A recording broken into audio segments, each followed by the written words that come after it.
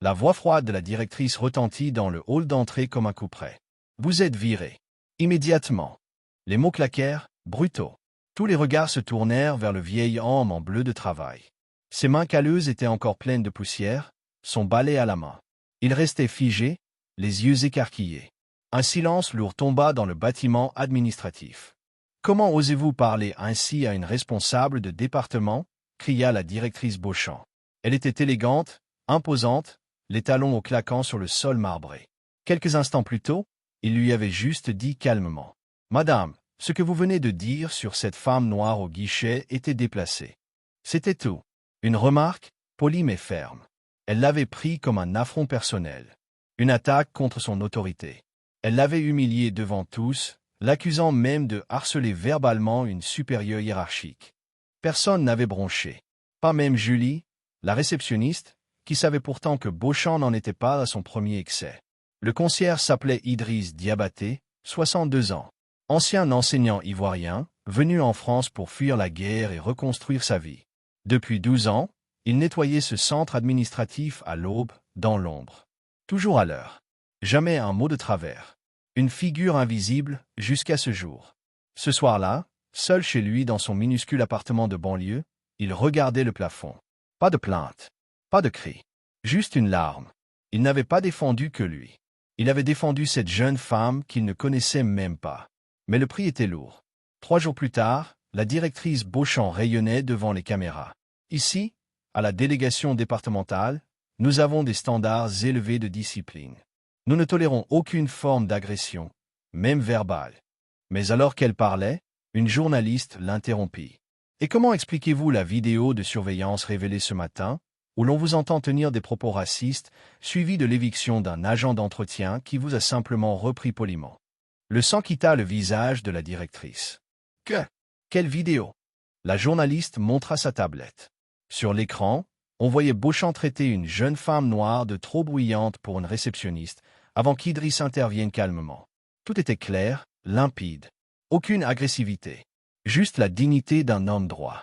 L'indignation explosa en ligne. Les réseaux sociaux s'enflammèrent. Le hashtag Je suis Idriss monta en flèche. Des anciens collègues d'Idriss, des anciens élèves africains, des citoyens français de tous horizons partagèrent leur histoire.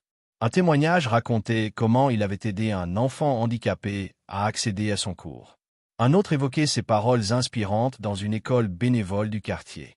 Le lundi suivant, Idriss fut invité à une émission de télévision. Il était là, dans son vieux costume bien repassé, la voix posée. Il ne parla pas de haine. Il parla de justice.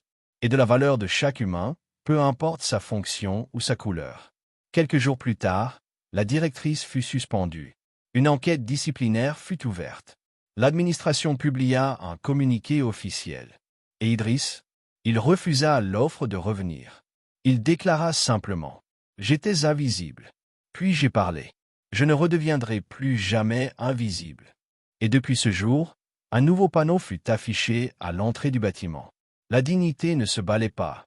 À mesure que les jours passaient, Acha vivait un véritable cauchemar éveillé. Elle n'avait plus accès à son badge d'infirmière, plus de salaire, et plus aucune réponse claire de la direction de l'hôpital. Ceux qu'elle considérait comme des collègues proches l'évitaient désormais, certains détournant même le regard en la croisant dans les couloirs du service. L'incompréhension grandissait en elle. Est-ce que tout ce que j'ai fait pendant ces 10 dernières années ne compte donc pour rien? Se répétait-elle, le regard vide. En ses rencontres, elles sont mug d'infirmière du mois, une distinction reçue seulement 2 mois avant le drame. Son avocat commis d'office n'avait même pas pris la peine de l'appeler personnellement. Il lui avait juste envoyé un mail froid et vague. Vu la gravité des accusations, il est recommandé de plaider coupable avec circonstances atténuantes. Elle avait failli jeter son ordinateur à travers la pièce en lisant ces mots. Elle n'avait rien fait. Rien du tout. Pourquoi devait-elle porter un fardeau qu'elle n'avait pas mérité? Mais alors que l'obscurité semblait totale, une lueur fragile apparut. Un ancien patient, M. Gilbert, un vieil homme cardiaque qu'elle avait accompagné pendant sa convalescence l'année précédente, entendit parler de ce qui lui arrivait. Il refusa de croire aux accusations. Cette femme m'a nourri quand je n'avais plus de force, elle m'a parlé comme une fille parlerait à son père. Si elle est capable de violence, alors moi je suis le pape, déclara-t-il en riant à moitié. Il prit son téléphone, appela ses enfants, et ensemble, ils contactèrent d'autres familles de patients qu'Asha avait aidés au fil des ans. En quelques jours, un groupe se forma, une coalition de parents, d'anciens malades, d'aides-soignants et même d'un médecin retraité, tous convaincus de l'innocence d'Asha. Ils organisèrent une campagne sur les réseaux sociaux avec le hashtag Justice pour Asha. Les témoignages affluèrent. Une vidéo particulièrement poignante montrait une jeune mère en pleurs racontant comment Asha avait sauvé son bébé prématuré en allant bien au-delà de ses heures de travail, dormant parfois dans une chaise pour surveiller le petit cœur fragile de son fils. Mais ce qui fit basculer les choses, c'est ce qu'un jeune interne décida de faire.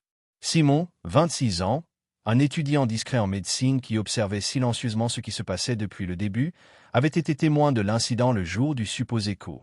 Il n'avait rien dit jusque-là, de peur de perdre sa bourse. Mais face à l'acharnement contre Asha, sa conscience l'empêcha de dormir. Un matin, il frappa à la porte de la direction avec un dossier sous le bras et dit « Je veux témoigner ». Son récit fut précis. Il expliqua qu'il se trouvait à quelques mètres ce jour-là, derrière le rideau de la salle 14, quand le patient accusateur, un homme au passé difficile et au tempérament agressif, avait crié à Asha « Je vais te faire virer, sale bonne », parce qu'elle avait refusé de lui donner un calmant non prescrit. Simon raconta comment Asha, bien qu'atteinte par les insultes, était restée digne et s'était éloignée. 10 minutes plus tard, le patient s'était cogné la tête volontairement contre le rebord de son lit, hurlant ensuite qu'Asha l'avait frappé. L'hôpital fut obligé de rouvrir l'enquête. Et grâce aux caméras de sécurité qu'un agent zélé avait discrètement sauvegardées contre les consignes de ses supérieurs, les images montrèrent clairement qu'Asha n'avait jamais porté la main sur le patient. La vérité éclata enfin. Mais la réhabilitation ne fut pas immédiate. Asha fut convoqué dans une salle de réunion sans armes, où 5 membres de l'administration, au visage figé, s'étaient assis derrière une table comme des juges de tribunal. Ils lui annoncèrent que les accusations avaient été levées, mais qu'elle ne retrouverait pas son poste immédiatement, pour des raisons administratives. C'était leur façon de lui dire qu'elle n'était plus la bienvenue. Brisée mais debout, Asha rentra chez elle ce jour-là en silence. Elle s'assit à sa table, ouvrit son ordinateur, et écrivit une lettre publique. Une lettre que les journaux allaient bientôt relayer dans tout le pays. Je suis Asha, infirmière suspendue, calomniée, humiliée. J'ai été accusée sans preuve, abandonnée sans procès, condamnée sans défense. Mais je suis toujours debout. Non pour me venger, mais pour toutes celles et ceux qui travaillent dans l'ombre, qui donnent leur vie pour soigner et consoler, et qui peuvent être détruits par un simple mensonge. J'ai perdu mon poste, mais pas ma vocation.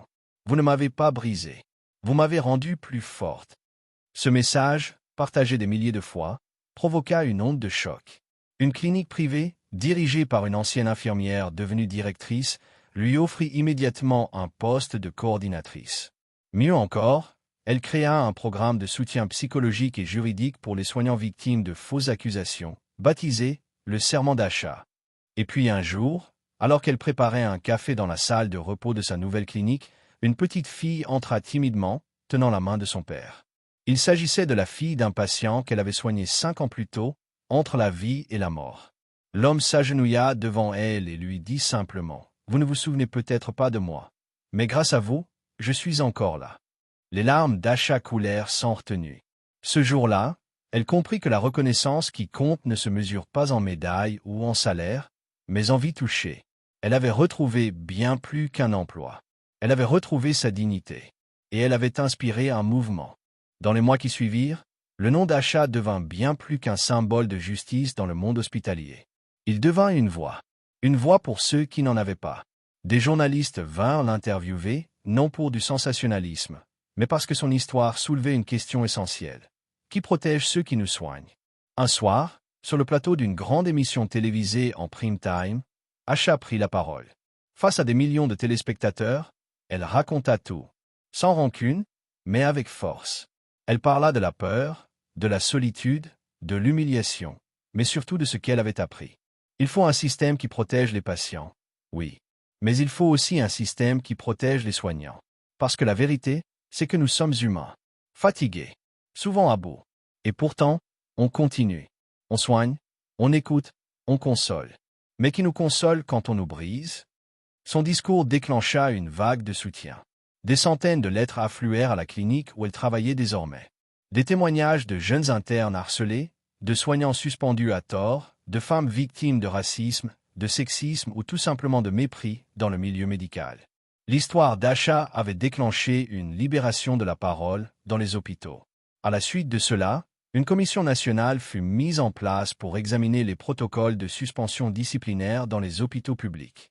Asha fut invitée à en faire partie.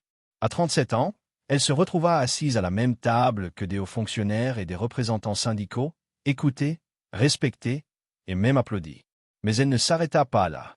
Avec l'aide de quelques anciens patients et amis devenus partenaires, elle créa l'Institut Asha pour la dignité des soignants, une organisation à but non lucratif destinée à former, accompagner et défendre les personnels médicaux dans toute la francophonie. Elle développa une application mobile permettant aux infirmiers et aides-soignants de signaler anonymement des cas de harcèlement, de discrimination ou de mise en danger. Le projet fut financé par des dons citoyens, par des patients reconnaissants et même par un mécène anonyme que l'on apprit plus tard être un chirurgien retraité sauvé par Asha lors d'une crise cardiaque. L'Institut devint une référence. En un an, il sauva plus de 200 carrières. En 3 ans, il avait des antennes à Lyon, Bruxelles, Dakar et Montréal. Et pourtant, malgré tout ce succès, Asha resta fidèle à sa vocation première, soigner. Chaque lundi, elle continuait à porter sa blouse, à poser sa main sur le front d'un malade, à rassurer une mère inquiète, à entourer une grand-mère en fin de vie. Elle disait, « C'est là que je trouve ma paix, c'est là que je suis entière. » Elle refusa les postes de direction, les offres de chroniques télé, les contrats d'édition trop commerciaux. Elle accepta cependant d'écrire un seul livre, un témoignage sincère et vibrant intitulé « J'ai choisi de rester debout ».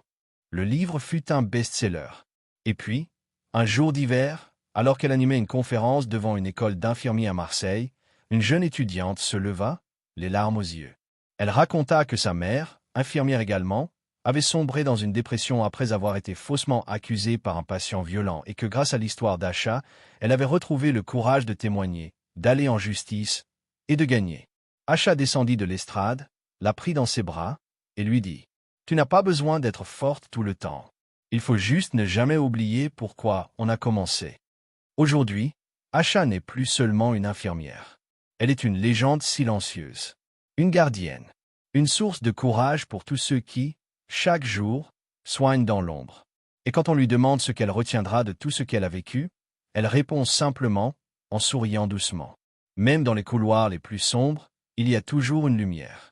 Il suffit parfois d'un seul témoin, d'une seule vérité, pour tout changer.